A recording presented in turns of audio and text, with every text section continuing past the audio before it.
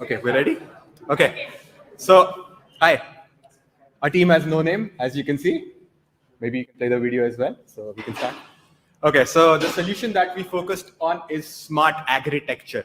So we focused on it from a sustainability point of view, from a green point of view. Now, can a city really be smart without smart agritecture?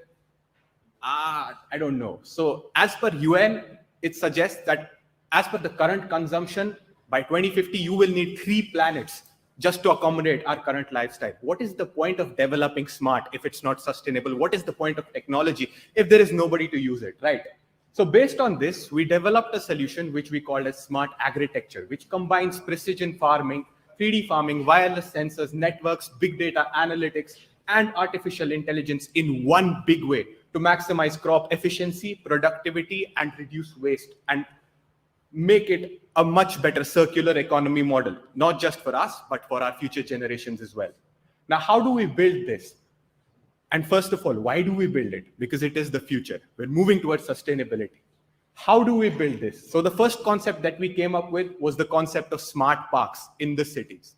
What are smart parks? The smart parks are parks that are using sensors, that are using monitors continuously for a number of purposes. So what do? They have smart air quality management. So you go in the park, you can monitor the quality of the air and consequently counter if there is high pollution. You have a navigation system for disabled people. There are sensors everywhere. So if somebody blind is moving around, it'll beep. It'll make him know there is an obstacle ahead. What is there? There is an energy generating exercise equipment like a cycle. You go to the park to exercise, you ride a cycle every day. Why not ride this cycle and provide something back to your community? Also, there is a maintenance system for the parks, which is powered by the energy that you produce. And there are smart sensors which prevent theft and vandalization. I think everyone here has their bike stolen, right? So why do we do it? Objectives. The first one is obviously sustainability. The second one is efficient use of resources. When we go into a park, right now there's a light on outside. There's nobody there. Why do we do it? In order to make a more optimum use of resources and in order to make the resources available and accessible to everyone. So it's not just us. So a very, let's say a very brief model that we built on it was wildlife conservation in parks. A one product in a multitude of products where we can track wildlife animals, endangered animals, birds, species that come in the park, monitor their habits in a way which is called situational awareness, and then assimilate this data in order to make it better for them. The next thing that can you forward it? Okay. The next thing that we focused on was smart farming. So smart agriculture in the cities. You have the Bosco Verticale here. We're building a city of Bosco Verticales. So what do? We use efficient use of resources, the resource allocation of resources within the building. So you produce a lot of waste every day. What happens to it? It goes to the trash. Why not use it? We recycle the resources within the building. We use the air within the building, the exhaust gases within the building. All of it is monitored and projected by sensors to the right place at the right time. We use a waste disposal system. So every can of garbage that you throw away is being used in a way in your system, in the ecosystem that you build. And it's not just that. You detect problems in the system. There is a real-time monitoring of everything that you build in the system, the plants, the agriculture that you grow in the building. It's being monitored real-time.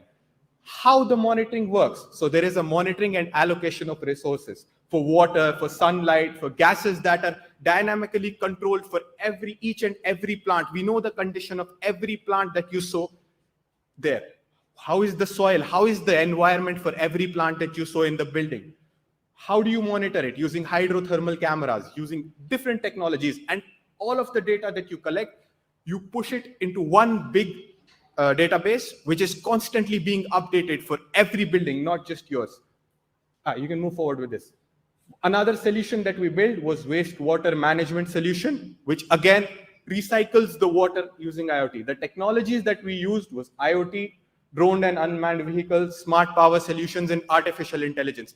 We didn't go that much into details right now in the presentations, but we built a framework so that we can explain to everyone how and why it will work and what impact it will have on the environment. We really wanted to focus on it, and we believe that the solution will be able to, let's say, face this problem in a much better and greener way. And what are the future products that we decided to go for? Smart gardening in schools. community involvement and cooperation. So it's not just me growing plants in my building using a smart solution. It's everyone in the city, and we all know how much resources are left and for whom. And then research and collaboration between different people, between different communities, universities, to promote the green technology.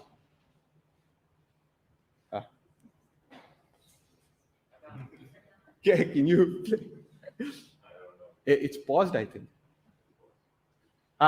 So this is how we want to build our world from the scratch up. A green world connected by technology. And remember, the earth is all that we have in common. Thank you, guys. And